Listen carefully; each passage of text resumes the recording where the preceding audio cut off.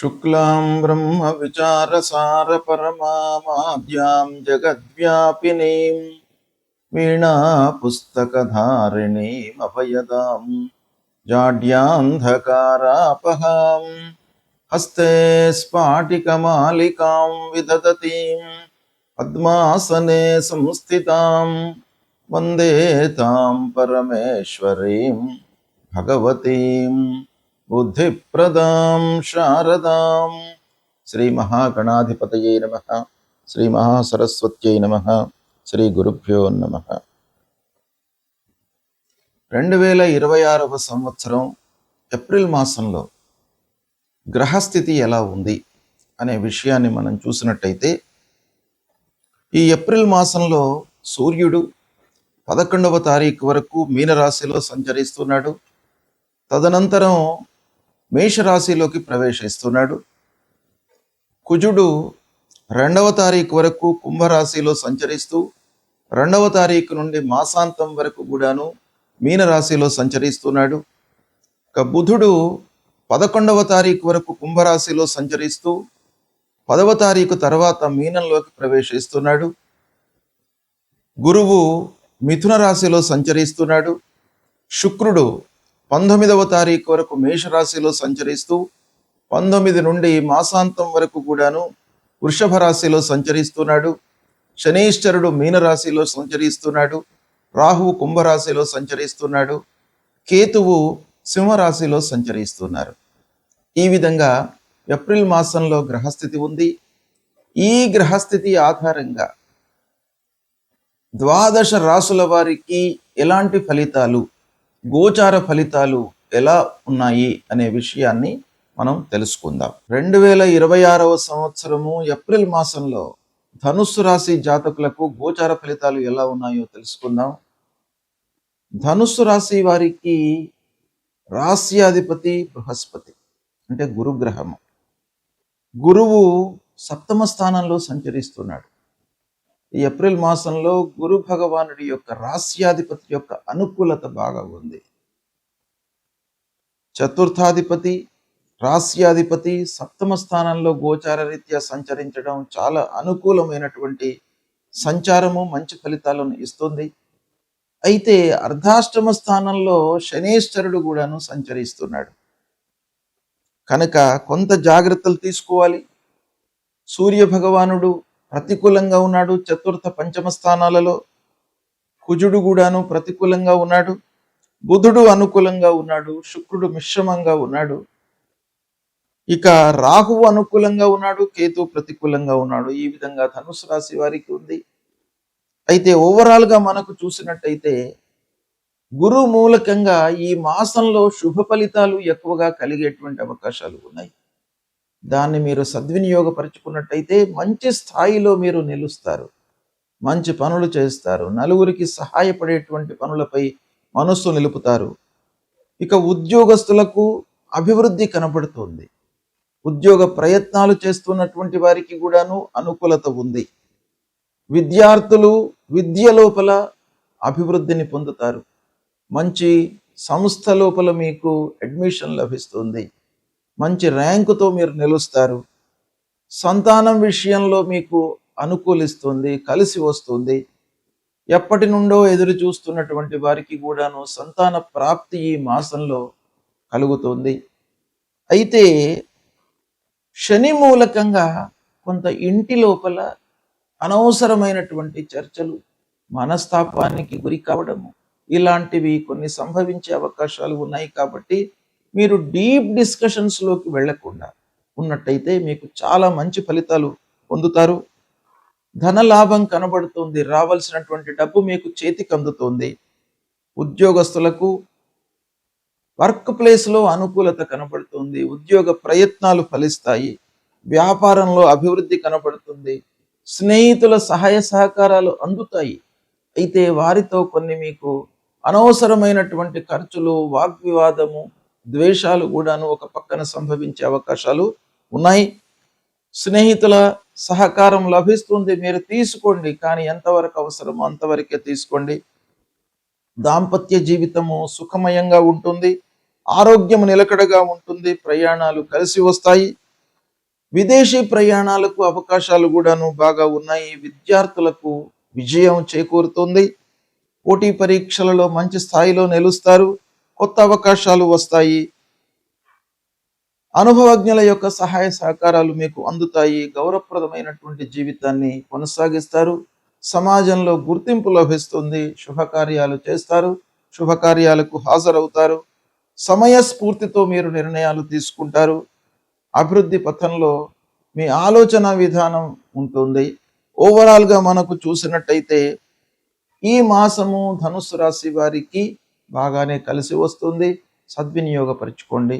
గ్రహస్థితి ప్రతికూలంగా ఉన్నప్పుడు మనము చేయవలసినటువంటి కర్తవ్యాలు ప్రముఖంగా శాస్త్రంలో చెప్పబడి ఉన్నాయి.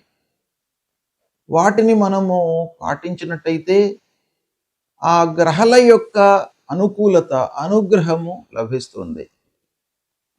మరి ఏం చేయాలి మనము అని అంటే, ముఖ్యంగా ఆరోగ్యపరమైనటువంటి విషయాలపై సూర్యుడి యొక్క సంచారం ప్రభావాన్ని చూపిస్తుంది. కనుక ఆరోగ్యము కొంత ఇబ్బందికరంగా ఉన్నప్పుడు, అనవసరమైనటువంటి ఆలోచనలతో మనము సతమతమవుతున్నప్పుడు సూర్యనారాయణుణ్ణి మనము పూజించడము చాలా ముఖ్యం. అంటే సూర్యుడు నమస్కార ప్రియుడు. కనుక మనం చేయవలసింది ఏంటంటే, ప్రతినిత్యం కూడాను ఉదయాన్నే స్నానం చేసి కొద్దిగా ఎండలోకి వచ్చి సూర్యుడికి 12 వారము అనంటే 12 సార్లు మీరు సూర్యుడికి నమస్కారం చేసుకోండి. సూర్యుడికి నమస్కారం చేస్తూ భూమికి కూడాను నమస్కారం చేయండి.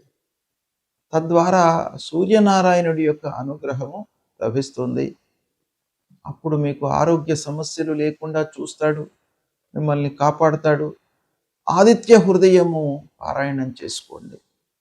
ఆదిత్య హృదయం మూలకంగా మీకు శారీరక ఇబ్బందులు లేకుండా మిమ్మల్ని ఆ సూర్యుడు కాపాడుతాడు. మూలమంత్రాన్ని జపించండి. జపా కుసుమ సంకాశం కాశ్యపేయం మహద్యుతిం తమోరిం సర్వపాపఘ్నం ప్రణతోస్మి దివాకరం అనేటువంటి మూలమంత్రాన్ని ప్రతినిత్యం కూడాను చదువుకోండి. ఇక అంగారకుడు, కుజుడు కూడాను ప్రధానమైనటువంటి గ్రహము. తొందరగా మనను రియాక్ట్ చేసేటువంటి గ్రహం. అనవసరమైనటువంటి విషయాల లోపల కూడాను మనను ఇన్వాల్వ్ చేసి ఆ పనులలో మనను నిమగ్నమయ్యి అనవసరమైనటువంటి ఇబ్బందులను మనకు కలిగించేటువంటి గ్రహము కుజుడు. ప్రతికూలంగా ఉన్నప్పుడు మీరు సుబ్రహ్మణ్య స్వామి దేవాలయానికి వెళ్ళడము, సుబ్రహ్మణ్యాష్టకము చదువుకోవడము.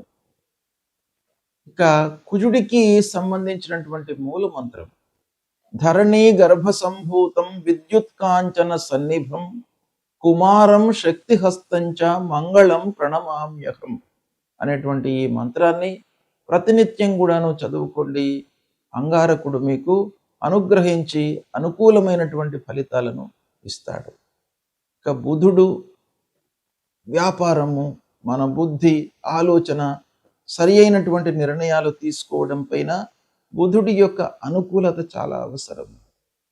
కనుక ఆ బుధుడిని అనుగ్రహము కొరకై విష్ణుమూర్తిని స్మరించండి. విష్ణు సహస్రనామ పారాయణం చేసుకోండి ప్రతినిత్యం కూడాను. ఇకపోతే గురువు ప్రధానమైనటువంటి గ్రహము.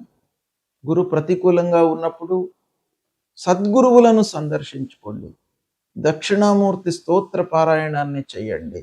దత్తాత్రేయ స్వామి దేవాలయానికి వెళ్ళండి. దేవానాంచ ఋషీణాంచ గురుం కాంచన సన్నిభం వందనీయం త్రిలోకానాం తం నమామి బృహస్పతిం అనేటువంటి మూల మంత్రాన్ని ప్రతినిత్యం కూడాను చదువుకోండి. ఆ గురువు యొక్క అనుగ్రహము మీకు లభిస్తుంది. అదేవిధంగా శుక్రుడు మనకు అన్ని విధాలుగా సంతోషాన్ని కలిగించేటువంటి గ్రహం. కాబట్టి ఆ శుక్రుడి యొక్క అనుగ్రహం కొరకు మీరు ఏం చేయాలి? మహాలక్ష్మి అష్టకాన్ని ప్రతినిత్యం కూడాను చదువుకోండి. తద్వారా శుక్రుడి యొక్క అనుగ్రహం లభిస్తుంది. శని ప్రతికూలంగా ఉన్నప్పుడు హనుమాన్ చాలీసా పారాయణం చేసుకోండి. ఆంజనేయ స్వామి దేవాలయానికి వెళ్ళండి. నీలాంజన సమాభాసం రవిపుత్రం యమాగ్రజం ఛాయా మార్తాండ సంభూతం తం నమామి శనేశ్వరం అనేటువంటి మూలమంత్రాన్ని చదువుకోండి. రాహు ప్రతికూలంగా ఉన్నప్పుడు అమ్మవారి దేవాలయానికి వెళ్ళండి. రాహు మూలకంగా మనకు ఎన్నో ఇబ్బందులు, భయము, ఆందోళన ఇలాంటివన్నీ కూడాను కలిగే అవకాశాలు ఉంటాయి. ఛాయాగ్రహము మనిషి కంటే కూడాను ఛాయ అనేటువంటిదే చాలా మనకు ప్రధానంగా మనను ఇబ్బంది పెట్టేటువంటి గ్రహము. కనుక అమ్మవారిని దర్శించుకోండి. అర్ధకాయం మహావీర్యం చంద్రాదిత్య విమర్దనం సింహికా గర్భ సంభూతం తం రాహుం ప్రణమామ్యహం అనేటువంటి మంత్రాన్ని ప్రతినిత్యం చదువుకోండి. ఇక కేతువు మీకు ప్రతి విషయం లోపల కూడాను ఒక విరక్తి భావనను కలిగించేటువంటి గ్రహము. ప్రతికూలంగా ఉన్నప్పుడు తప్పకుండా మీ లోపల వైరాగ్యాన్ని ఇస్తాడు. అంటే ఆ పని పైన మీకు అశ్రద్ధను కలిగిస్తాడు. శ్రద్ధ అనేటువంటిదే చాలా ముఖ్యమైనటువంటిది. ఇంట్రెస్ట్ ఉంటే మనకు మార్గాలు ఉంటాయి. కాబట్టి ఆ కేతువును మీరు అనుకూలం చేసుకోవడానికై గణపతిని స్మరించండి. గణపతి దేవాలయానికి వెళ్ళండి.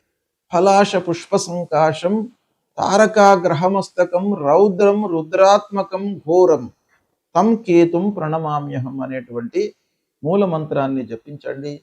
మీకు తప్పకుండా ఈ గ్రహాలకు సంబంధించినటువంటి దుష్ప్రభావము దూరమవుతుంది.